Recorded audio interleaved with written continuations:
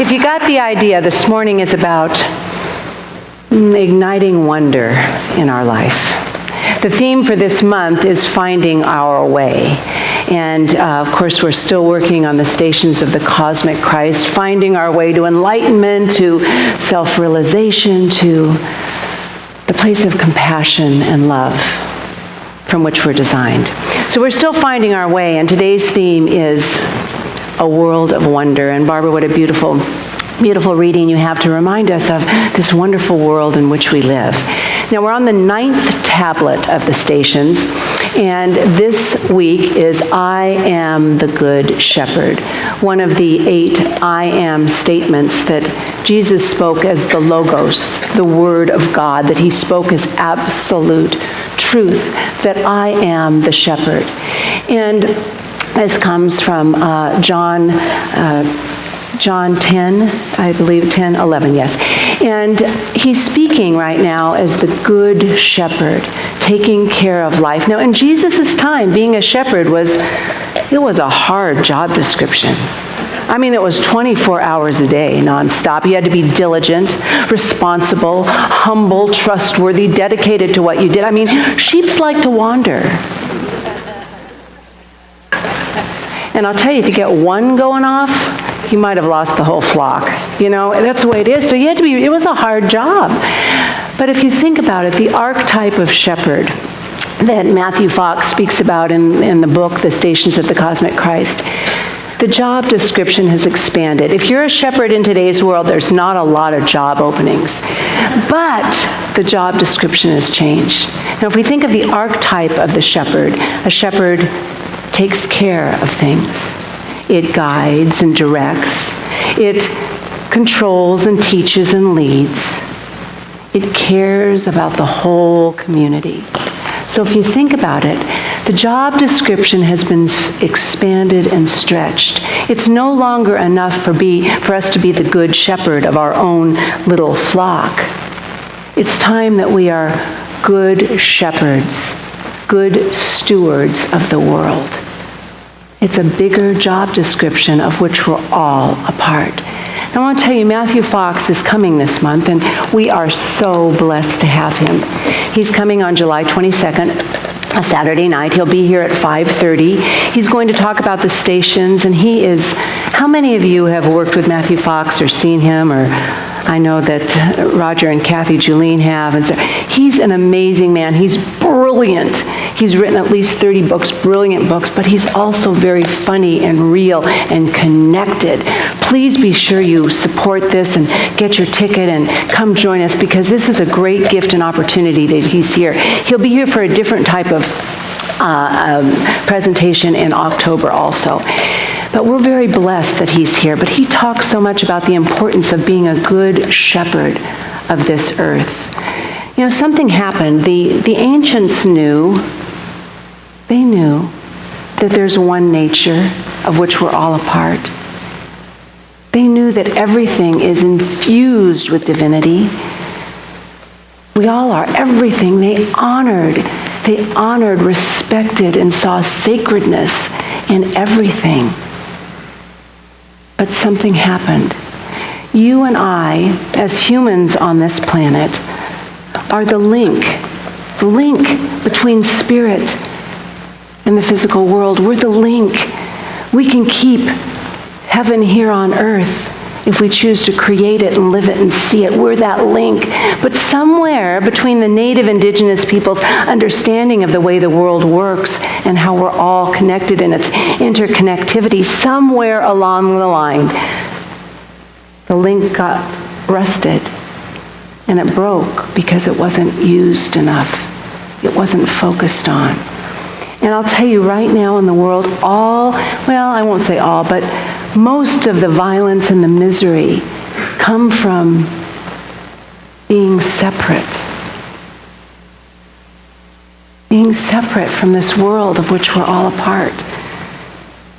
The problems come from breaking away and doing things for our own gain, often at the expense of others. That's where this link got broken. And we forgot We became greedy. Now, we didn't start it,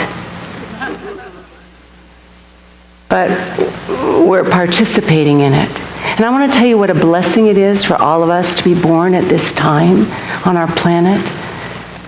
We are the ones that have been called to be here to put things back together. That is enough for all of us to want to wake up every morning, because we know we have an exquisite job to do. We live on this beautiful planet that's filled with wonder and awe and amazement. And yet, it got out of balance. You know what happens when people get greedy? The ecological balance gets disruptive. And when it gets disrupted, negative energy comes out. This conflict arises. And it's not a bad thing. As I said, out of the darkness, the light can come without ever knowing how or where. But it gets out of balance, and we can feel it. Can any of you feel how out of balance we are? It's like we're like a cell in the living organism of life. And of course, when something's out of balance or ill, the rest of the body feels it too, and that's what's happening to us. And many of us are trying to shove away our anger, our fear, our upset, when it needs to be brought out to the open. We need to put that link back together. That's our job. We're here to do that. And in order to put things back together, we have to see where they've fallen apart. We have to listen, because every time, if it's a shadow in our own life, a shadow in the collective life, the shadow has something to teach us. It's a message. It wants us to see where we need more light, where we need to do our part. You know, if you think about our world, that there have been great shifts in energy that have changed the whole planet, the whole life of people on the earth. I mean, if we look at the agricultural revolution, how things changed, gone from hunting and gathering to being stationary and being able to farm, and the industrial revolution and machinery making things work quicker and faster, and then the digital age. I mean, my goodness, I'm sure it was the iPhone's 10th birthday this week. Has it only been 10 years? I can't imagine my life without it. I mean, how life changes with revolutions. Well, it's time for a new revolution. And of course, revolution means a whole shifting and changing of things. Joanna Macy, a beautiful environmental activist, she's a beautiful woman. I had the privilege of meeting her, and I watch her on YouTube. She's a beautiful 81-year-old woman that still travels a lot and goes out and teaches her message about taking care of this planet. And she's coined a term, the Great Turning, about what we need to do in the world right now, what this world, if we want to live in a sustainable world, what we need to do to bring things back connected again, in alignment, in balance. She said this great turning is a term used for shifting from huge industrial growth, always thinking about growing, expanding, taking up things, to living a sustainable life, that realizing we're a living entity on a living planet and coming back into balance. There's enough for everybody. All our needs are met. If we think about I am the good shepherd and what the 23rd Psalm says, it said, the Lord is my shepherd. And in metaphysics, we look at the Lord, God, being the law, because we know God is love and God is law. The Lord is my shepherd, meaning what I put out there, I'll get back. The law, meaning we are in the law of abundance. We live in an abundant world. All our needs are met once we get back into alignment with them. The Lord is my shepherd, I shall not want. Well, we don't have to want all the time, but I shall not want, because we live in this beautiful, wonderful world of plenty and enoughness. He maketh me to lie down in green pastures. That's bringing things back to balance. He leads me beside still waters. The answers are within. You know how we're designed? We're designed to change, evolution, but we're also designed with the solution right inside of us. We have the answers we need right now. There's nowhere we need to go except within. The answers are here. He restoreth my soul and leads me in the paths of righteousness. You know, there's the balance. How do we do what is good and right and true and make things happen? We have to keep ourselves in balance. So our call right now is this time of the great turning. And, I think there's another call for us. If you think about it, we started the stations with the Big Bang, and we said everything came, right? Everything came from that first bang of energy, time and space. We were all there. All the cells in our body date back 15 billion years. We have to start acting our age. Really, we knew everything was connected then. We have to start acting our age and remembering that we belong together. We belong together. We need to bring things together. And if you notice this morning, we had a lot of talk about wonder. We need to readjust our vision and start seeing the sacred everywhere. Life is always wanting to show us what's beautiful, inspirational. Matthew Fox shares a story, which I'd heard. It happened close to his home. A story of a humpback whale that got entangled in crab traps and lines, and this happened near the Golden Gate Bridge near his home up in San Francisco. And this humpback whale was completely ensnarled in this line, and she was struggling to stay afloat. And an environmental team was called to rescue her.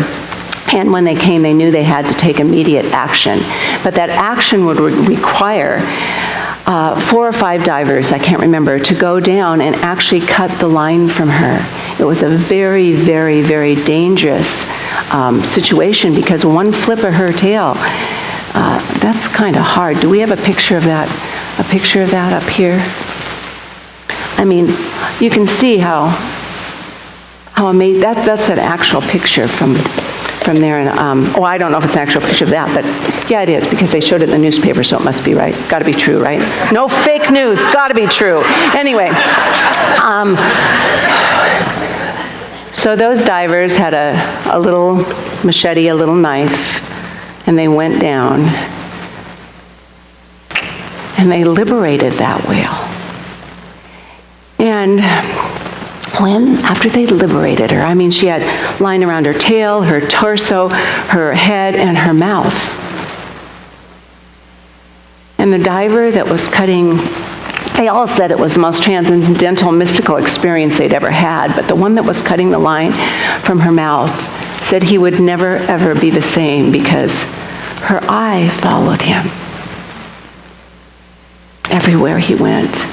She didn't move. She stayed stationary. And he said it was like looking in the eye of God for 1 hour. And he said he would never be the same. So when they freed her, she moved out and swam in 3 giant, joyous circles. I'm free! And then she went back and nudged each one of those divers playfully. Nudged them. She was giving her thanksgiving.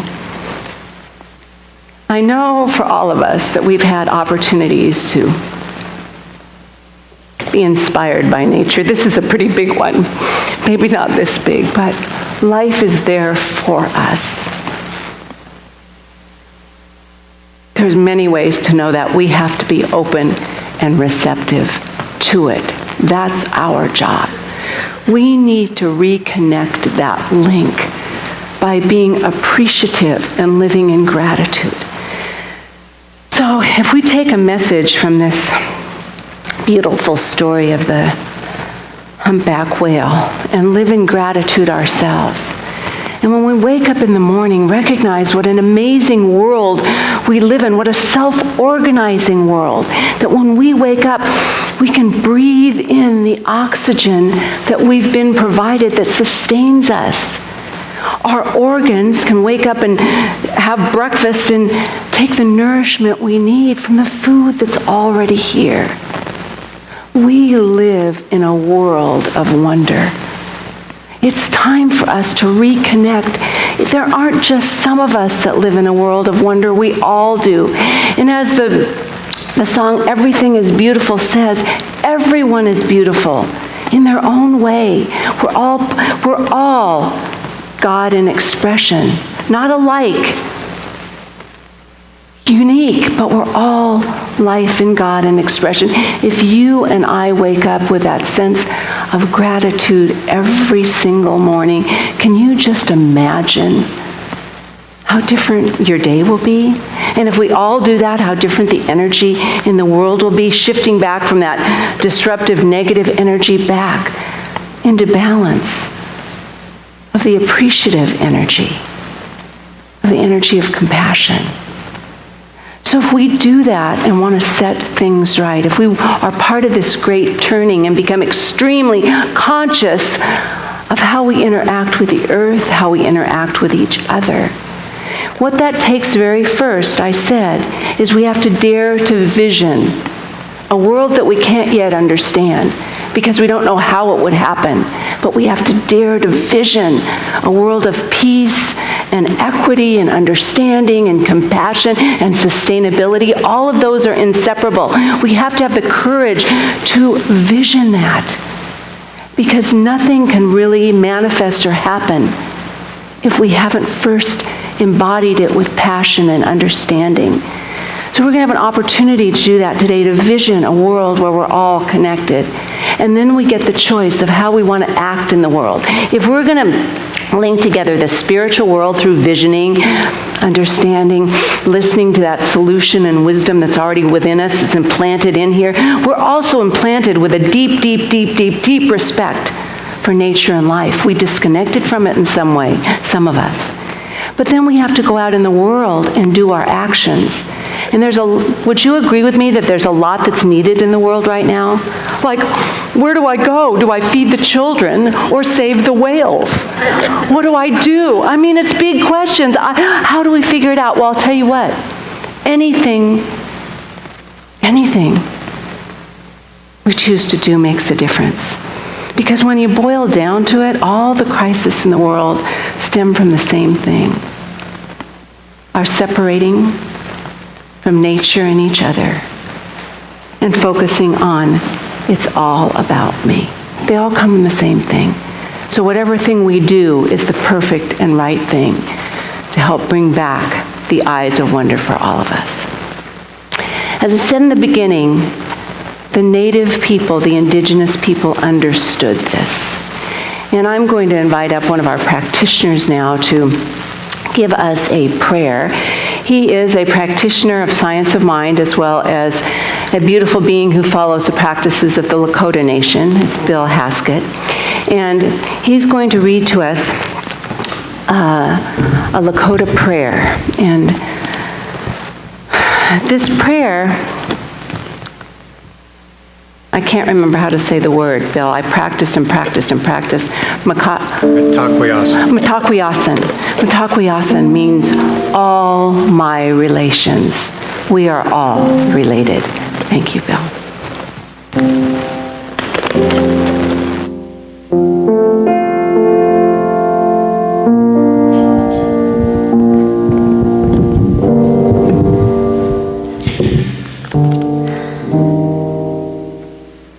I'd like to share with you today a prayer that I speak to the four directions. Thank you for creating me, Grandfather, Creator God. Thank you for the sun and the moon and the stars and for all of creation. Onsi Maka, Grandmother Earth, thank you for all you provide to support and sustain all life. I am grateful for the air and the water, the clouds and the sky, and for Tatia Topa, the four winds. I am grateful to the Wakiya Oyate, who bring the life-giving rain, and for all the rivers and lakes and seas. I give thanks for the standing ones, the trees and the plants that feed us. I give thanks for all the two-leggeds, this community of humans. I give thanks for all the four-leggeds, and for those who fly, for those who crawl, for those who swim, and for all the bugs and spiders and creepy crawlies. You are all my relations, my relatives, without whom I could not live. We are in this circle of life together, coexisting, codependent, co-creating our destiny. One not more important than the other. Aho, metakoyasa.